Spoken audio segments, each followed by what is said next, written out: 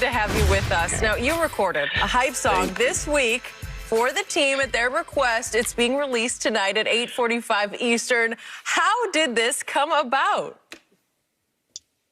I did a song before, and we had a good turnout. It was successful. We had good results, and we tried to do it again this time.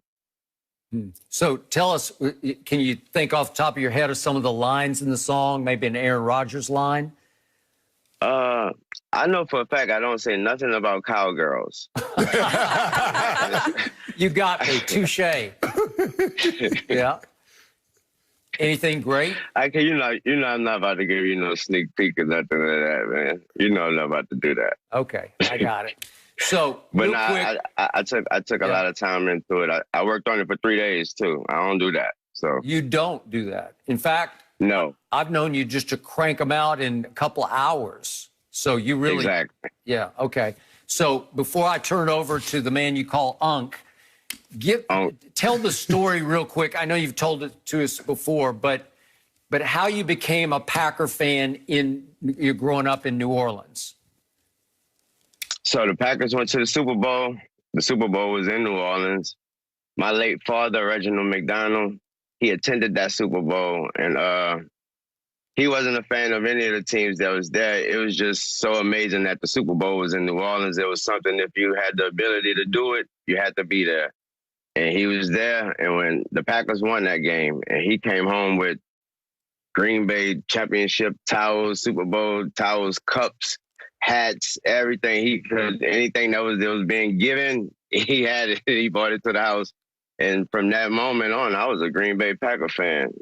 And then the game Madden, everybody know how big that is for anybody that loves sports or any video game. So I was playing Madden, and the Super Bowl champion is going to always be on the cover that next time. So it was easy to become a fan of that person and all that, and that was Brett Favre. And that was the Brett Favre New England Super Bowl. So did your friends give you any you-know-what over being a Packer fan versus being a Saints fan? No, Skip C, because my era coming up, the Saints, right before my era coming up, the Saints they were a real bad team. Yeah. And so actually in New Orleans, when I was coming up, man, you used to get roasted on for coming to school with a Saints hat on or a Saints jacket on. Like, for real. What is everybody I know had a team, a secondary team. The Saints was, okay, yeah, that's my team because we from here, but who your real team is? That's how it always was. So the Packers play the Rams. Are you concerned about the Rams a little bit? I know the Packers have played well. Aaron Rodgers played unbelievable, but the Rams have what can give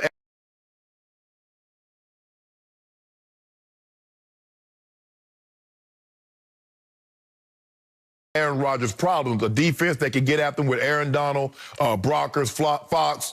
They got a great defense, Wayne. Yeah, then also Ramsey, Jalen out there too. So yeah, that threat, Devontae, I believe in Devontae 100%, of course, but man, that Terminator down there, man, number 99. And they talking about his ribs. Man, that man ain't got no ribs. That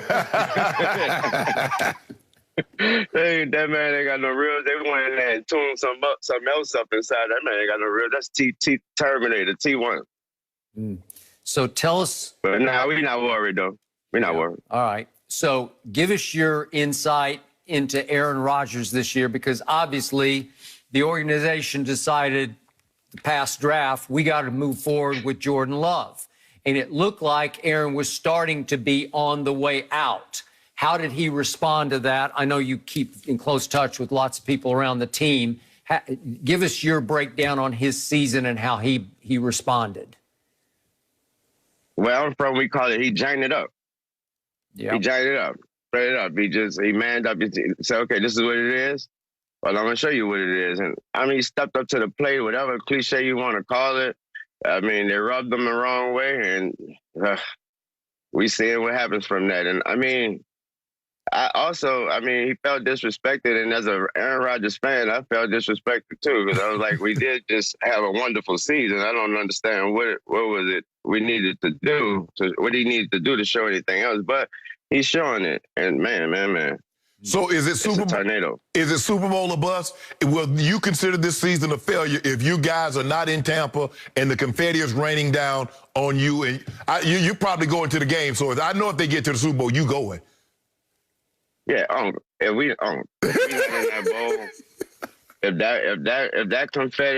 that confetti ain't green and yellow coming down that night, something ain't right. Something ain't right. It's gonna be hard for me, for real. So speaking of going to games, I know you have an invite to go to Green Bay tomorrow. Are you still thinking about it?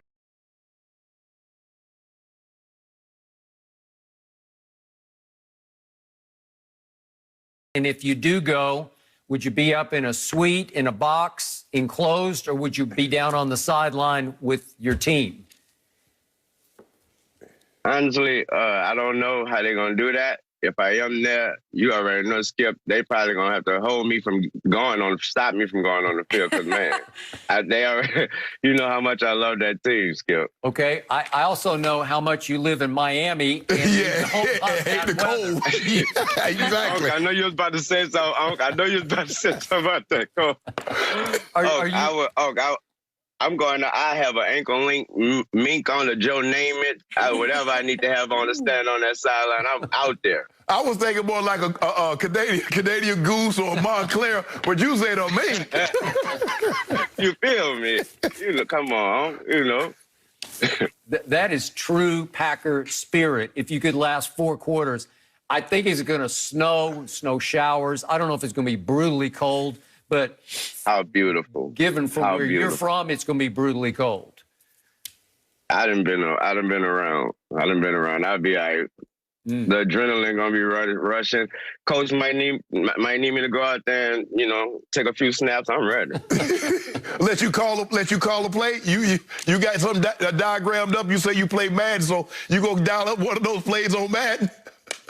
I mean, I heard they got a few plays that's named after me. I don't know what kind of play, defensive, offensive, but I heard they got a few plays named after me. So hopefully they work.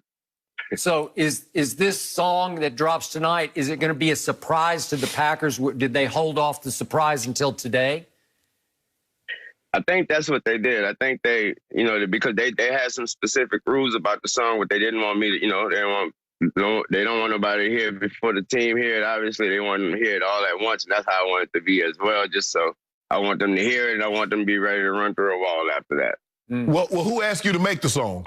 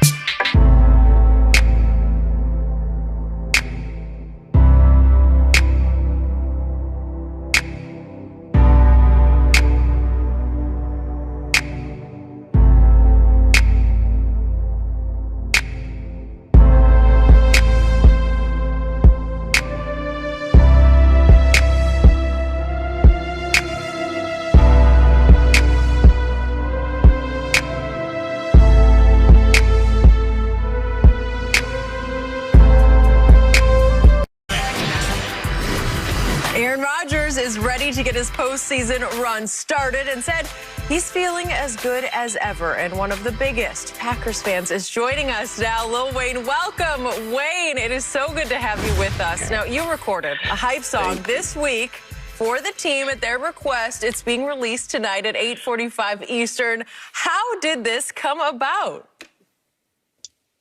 I did a song before, and we had a good turnout. It was successful. We had good results, and we tried to do it again this time.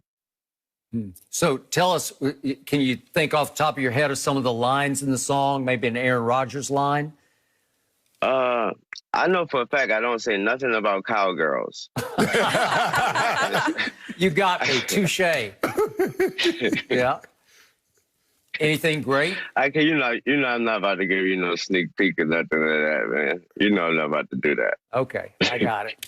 So, but real quick, I took a lot of time into it. I worked on it for 3 days too. I don't do that. So you don't do that. In fact, no. I've known you just to crank them out in a couple of hours. So you really, exactly. Yeah. Okay. So before I turn it over to the man you call Unc, tell the story real quick. I know you've told it to us before, but how you became a Packer fan you're growing up in New Orleans. So the Packers went